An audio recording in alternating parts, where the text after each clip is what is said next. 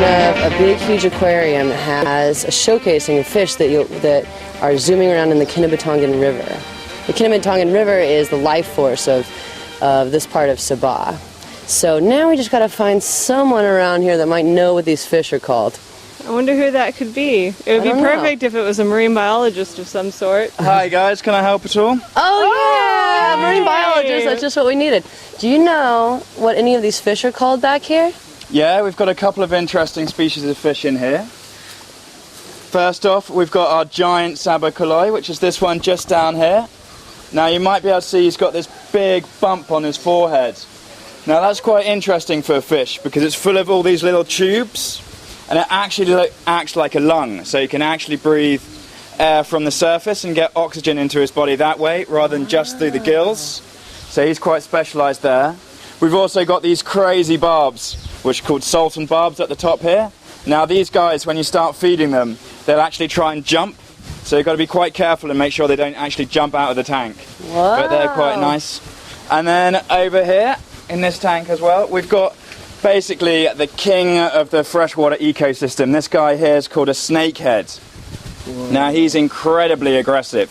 You can see he's got this really big mouth here, and he'll take on whole fish up to about 6 inches long, that type of size, and he'll just gobble them down really quick. It's got really well adapted for hunting. These big fins here, massive tail fin if you see that in a bit, really big bits of power. It's the only fish we have to put a steel cage on the top to make sure he doesn't jump out. Wow. But he's really, really effective at hunting. And the other thing that he can do is if his river or the paddy fields start to dry out where he lives, he can actually bury himself down into the mud. Whoa. And survive for maybe about 3 days, just as long as he keeps his gills just a touch moist. Wow. So he's an amazing creature that we've got here. Okay, so this is a reticulated python, like I was talking about earlier on. Close relative of the blood python that we've got here, but this guy's found all over Southeast Asia, so it's not just in Borneo. Very similar snake. They're both what we call constrictors, which means that they kill their victims, like the mice or something like that, by strangulation. Now they don't actually crush you to death. What they'll do is they'll wait for you to breathe out, so when you breathe out, your lungs collapse a little bit and then they'll tighten.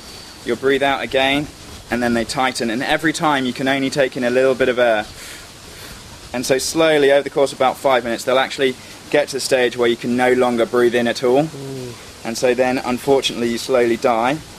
And so for these guys, he might take a rat, or maybe a small sort of bird, something like that, a sparrow, and they can dislocate their jaws so that they can get, because they don't have like hands like we do, or teeth that are very good at cutting, so they have to take their prey item in just one big bite.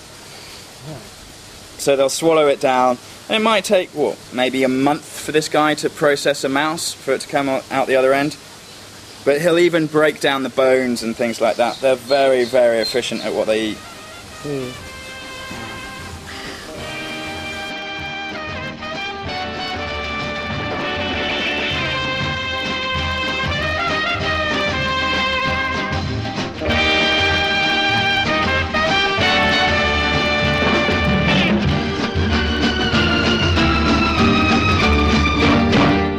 चुप चुप देखा देखी नजरें दीवानी चुप चुप देखा देखी नजरें दीवानी जरा सी ये बात बन जाए ना कहानी जरा सी ये बात बन जाए ना कहानी जरा सी ये बात बन जाए ना कहानी